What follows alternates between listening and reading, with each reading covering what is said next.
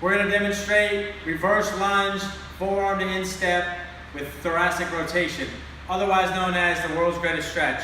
I first learned this one from Mark Verstegen, so I'm going to give him all the credit in the world. All right, we're going to take a step back into a lunge position. You're going to drive this elbow towards the heel, okay? You're going to feel a good stretch on this hip all through here. Then we're going to rotate, so we're going to get thoracic rotation. That's through the middle of the back, right through here, good. And then we're going to hand back through, reaching through, and then hand to the ground, and you're going to lift that front hip up, and she's pushing this heel, so you're getting a stretch on the calf, on this hamstring. So it's not just a hip stretch, it's a pretty much full body stretch, prepares you for all work that's going to follow. Good, and another example would be, put your hands on your rib. If people have shoulder issues, a great way to do this is just have them open up the ribs like this, so the movement is coming from the thoracic spine and not the shoulder.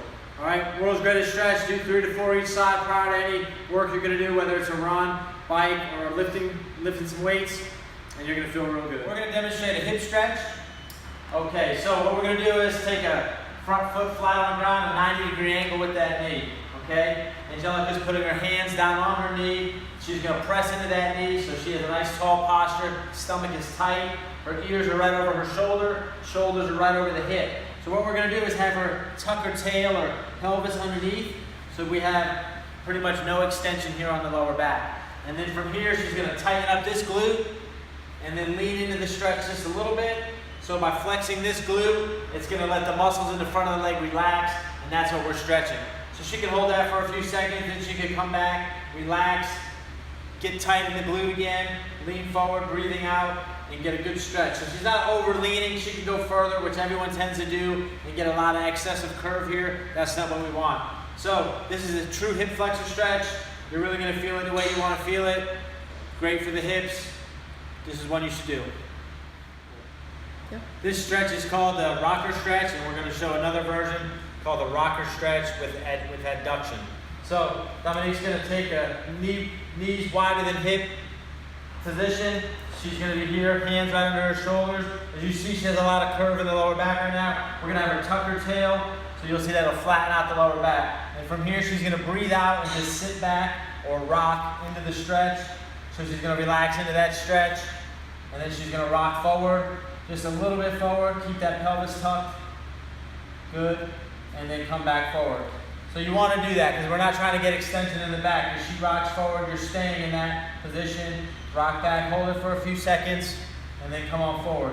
So then from here, we're going to show this stretch and get a stretch on the inner leg or the adductors.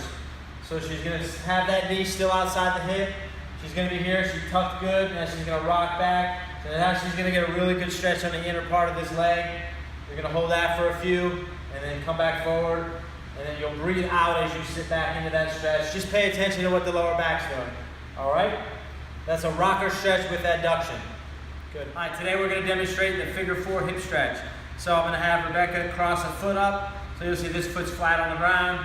Okay? And now right here, if someone's really tight, they're already going to feel this in the side of the hip, external rotation of the hip. If we wanted to get more stretch, Rebecca can do this herself. Should be pushing down on her hip, feeling it more here. You don't want to drive it too hard, just get a nice relaxed stretch.